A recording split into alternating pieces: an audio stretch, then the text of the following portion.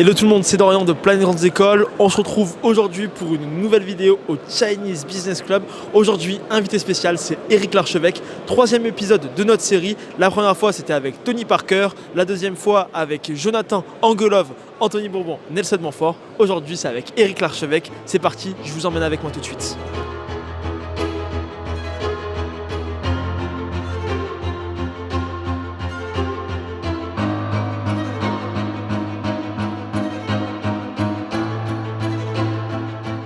On est accompagné de Diem, donc président de Next Gen Partners. Est-ce que tu peux te présenter en quelques mots ?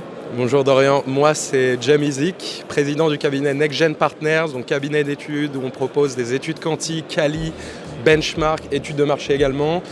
Plus d'1 an qu'on a été créé, on est incubé à l'ESSEC Business School et on développe notre activité. Donc diplômé ESSEC après une classe préparatoire. Et justement Diem, qu'est-ce qui nous vaut ta présence aujourd'hui ici au prestigieux Chinese Business Club ? Le Chinese Business Club, c'est le premier réseau d'affaires de France. Donc c'est une occasion de rencontrer entre guillemets du beau monde et voilà, de présenter notre modèle un peu à impact, société à mission, plus d'interlocuteurs possibles. Donc très ravi d'être là aujourd'hui. Magnifique. Et en quelques mots, est-ce que tu pourrais nous dire qu'est-ce qui fait la singularité de Next Gen Partners dans le paysage des cabinets de conseil, je dirais plutôt traditionnels qu'on peut avoir sur le marché ? Alors la spécificité de Next Gen Partners, c'est qu'on va réaliser, comme j'ai dit, des études quanti, quali, benchmark, études de marché. Sauf que sur chacune des missions qu'on va réaliser, on va mobiliser des étudiants en interne pour nous accompagner, que ce soit pour les phases terrain, pour administrer des questionnaires, réaliser des calls experts ou autres, ou alors directement depuis chez eux pour ce qui est de faire de la recherche documentaire, nous aider sur la rédaction de nos livrables. Donc in fine, c'est un modèle win-win qui va profiter aussi bien à nos clients qu'à nos étudiants qu'on va mobiliser. Donc l'objectif, c'est de créer le plus d'externalités positives. C'est en cela qu'on est une société à mission. Merci beaucoup Diem, on te souhaite une très belle journée au Chinese Business Club. Et en tout cas, n'hésitez pas à aller sur le site de Next Gen Partners. Si vous avez besoin d'un devis ou de quoi que ce soit, je pense que l'équipe sera présente. Merci Diem. Merci beaucoup Dorian.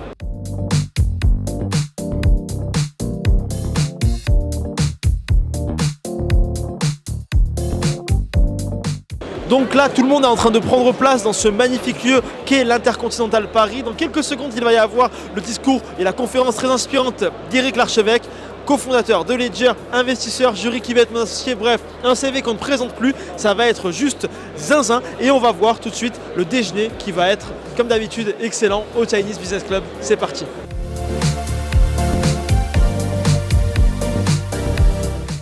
On est avec Eric Larchevêque. Salut Eric. Salut. Est-ce que Eric, tu pourrais, de ton expérience entrepreneuriale et aussi en tant qu'investisseur, nous parler d'un enseignement que tu as tiré de par toutes ces années d'expérience ? Le plus grand enseignement que j'ai pu tirer des dizaines de boîtes que j'ai pu créer, c'est que la seule chose qui compte dans l'entrepreneuriat, c'est l'action. Mais il y a trop d'entrepreneurs qui viennent me voir et qui me disent « j'arrive pas à me lancer, je veux faire ci, je veux faire cela, mais comment je fais ?» En fait, il faut arrêter de se poser des questions, il faut arrêter de réfléchir. Ça ne sert à rien de théoriser l'entrepreneuriat, il faut le vivre sur le terrain. Il faut se mettre directement à l'épreuve du marché.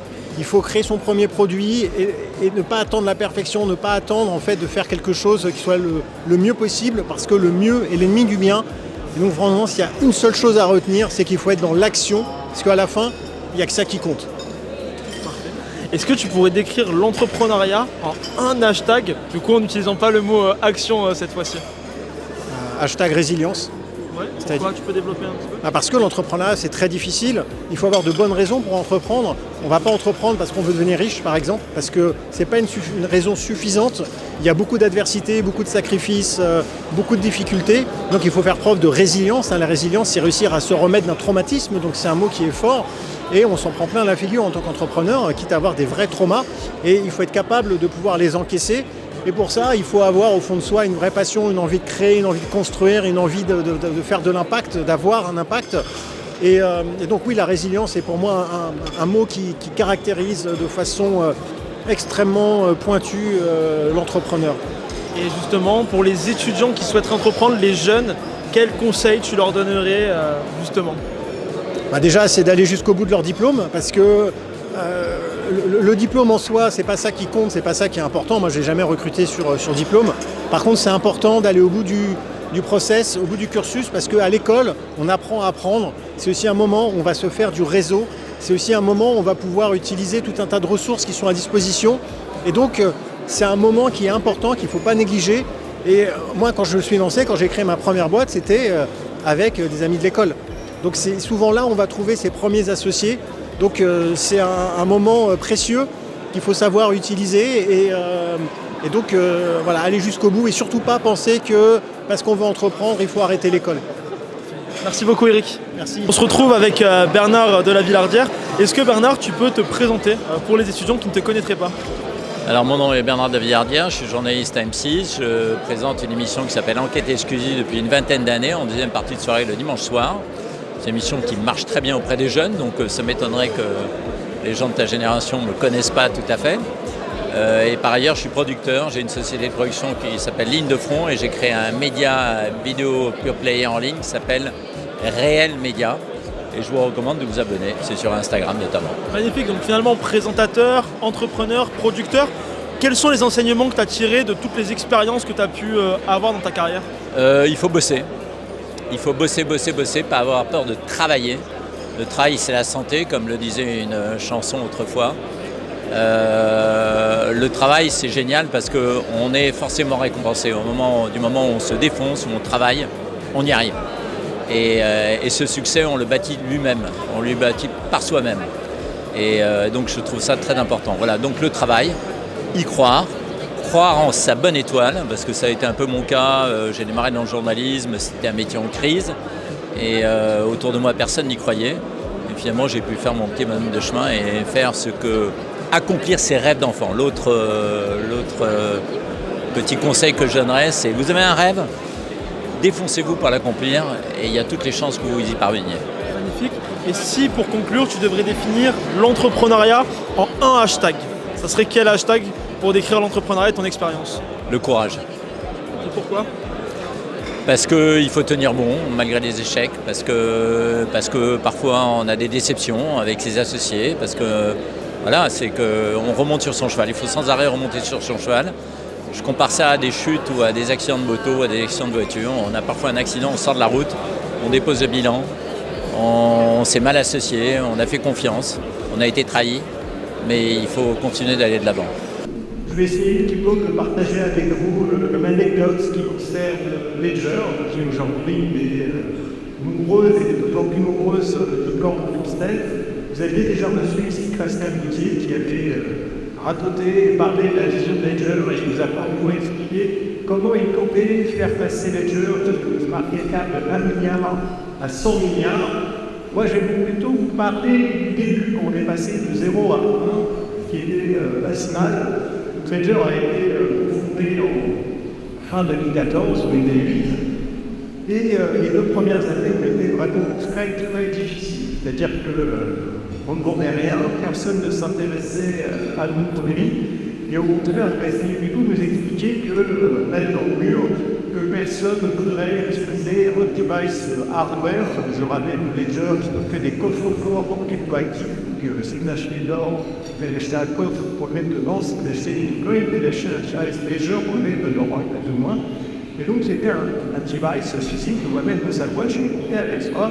Et tout le monde me disait, ça ne sert à rien, personne ne pourra jamais en avoir. Il faut changer d'habitude pour avoir un device aussi avec soi, c'est très compliqué et on a déjà tous. Bon,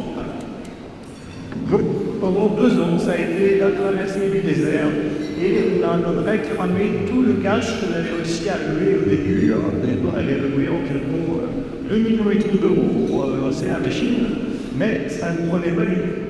Alors, à la fin de 2016, il a fallu que j'en reparte au travail, lever les fonds. Il dit, là, il faut mettre à peu près 5 millions d'euros, sinon la chose se termine, on n'arrivera pas à continuer parce qu'on savait que la route allait nous saluer. Et donc, j'ai eu plein d'investisseurs, des fonds d'investissement en France, en Europe, on a eu une cinquantaine. Et ça a été 50 pieds au cul. Personne ne croyait à ce qu'on faisait. Déjà, le blog, tout le monde pensait que ça ne servait à rien, c'était terminé. Et en plus, comme on faisait match d'affaires, on emmenait très peu de solutions, c'était difficile de convaincre que ce qu'on avait représenté quand même quelque chose qui allait fonctionner. On se doutait qu'avec cette croissance, c'est pas non profiter pour faire plus d'argent, 17 millions d'euros, et impossible de faire ça avec l'investisseur par référence et la personne au centre du bord complètement en PLS. Parce qu'ils étaient vraiment pas bien. Donc une seule solution, il fallait les racheter leur petit. Alors ils avaient investi 2 millions d'euros quelques mois avant. Et là, la question, c'est à combien on les rachète? Ça, merci, c'est assez intéressant. Et posez-nous la question, à combien vous les rachèteriez, sachant qu'ils veulent partir, qu'ils ne sont pas là? Alors, souvent, on dit, ouais, 1 million, 2 millions. En réalité, il est proposé 4 millions, c'est-à-dire le double. Alors, pourquoi? Parce que je voulais vraiment leur faire une proposition qu'ils ne pouvaient pas reculer.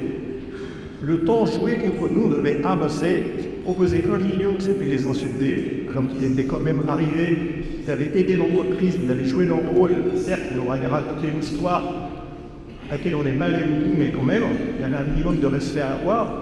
2 millions, on partait pour des palabres qui allaient durer, pour proposer une truc de 4 millions. Bien, j'étais sûr ce qu'ils allaient dire. Et effectivement, ils ont dit, si on les a rachetés, ça nous a permis de continuer le développement de la boîte, de donner ensuite 70 millions d'euros. Et en fait, ces 4 millions, peu importe à quel prix on les a achetés, c'est un petit peu ma conclusion, qui est une autre règle du business, qui est, c'est jamais combien ça coûte, c'est combien ça rapporte. Parce que ces 4 millions aujourd'hui, ils en valent 70 millions. Et donc, que je les ai achetés 3 millions, 2 millions, 4 millions, ça change rien du tout. Voilà. Je vous remercie pour votre attention. Je ne suis pas d'accord.